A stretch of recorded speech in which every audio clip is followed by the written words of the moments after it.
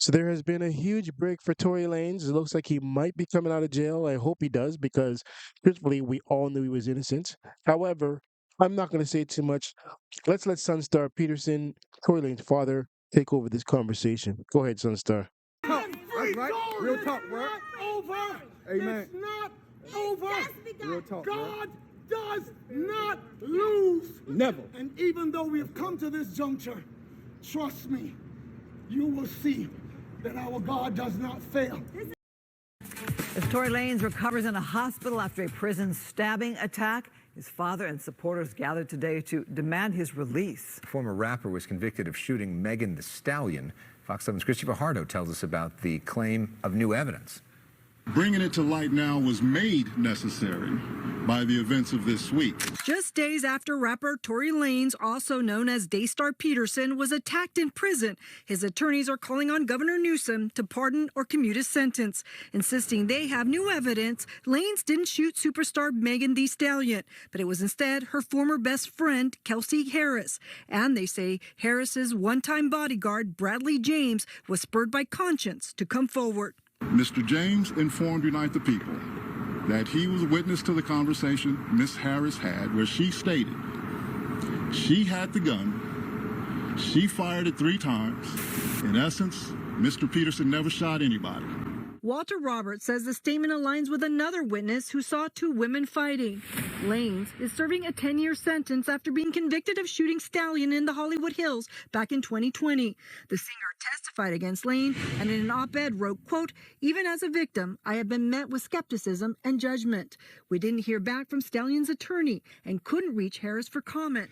Lanez's lawyers say they've had the new evidence for months and were waiting on the appeals court to rule, but went public after he was stabbed in prison. Daystar does not have a drinking problem. He does not have a drinking problem, and that was not the reason why this situation happened. He was not out on the yard as it was about 6:30 in the morning, and cells were just opened for them to be able to go out to breakfast. On the Thursday prior to this incident, I was called by him, and I was told of the impending threat. And my family and I huddled and did what we always do. We prayed. We get together every single day and we pray. Sometimes it is twice per day. Wherever we are in the world, at a certain time, we're on our phones and we are praying. We pray for him. We pray for you. Because our mandate is not about violence. We're not here for vendetta. We're not here for any of those things.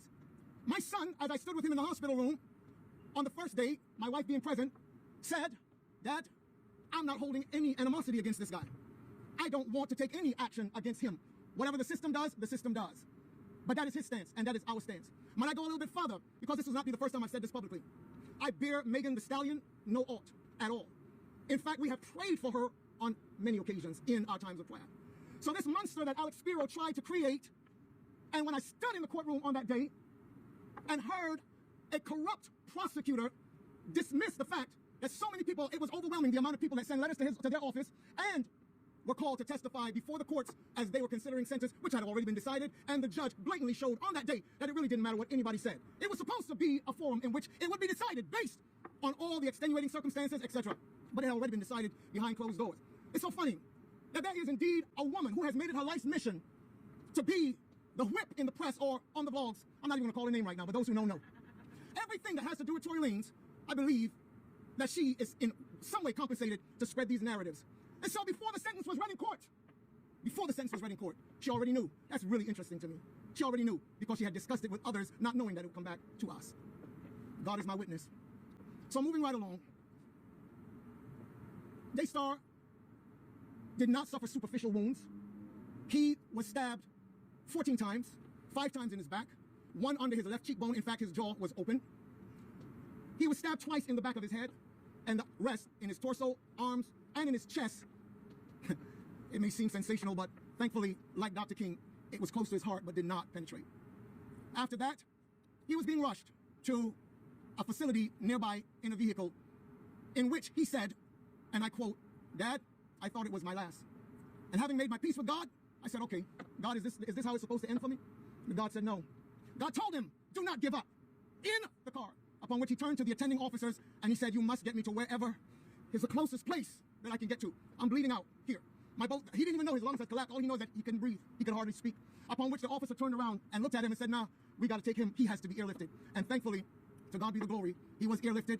I want to report to you that I I'm very thankful to all of the attending nurses, doctors in that facility. They have done an amazing job in their professional capacity. As I stated before, Daystar was not drunk on that morning. It was 6:30 in the morning. It was nothing like that. It was an unprovoked attack. I don't want to go into the details of how it went, although I know them, because it is too gory to be describing right now. And so as I close today, whatever has been needed to be said has been said. So as I close, I want to quote you David, the king of Israel, who said, "You lead me beside still waters and you restore my soul. You lead me in the path of righteousness for your name's sake. And even if I walk through the valley of the shadow of death, I will fear no evil." Walk away free cause I'm innocent. And when I walk the whole world, oh a nigga wild. We've been at the gas station all night.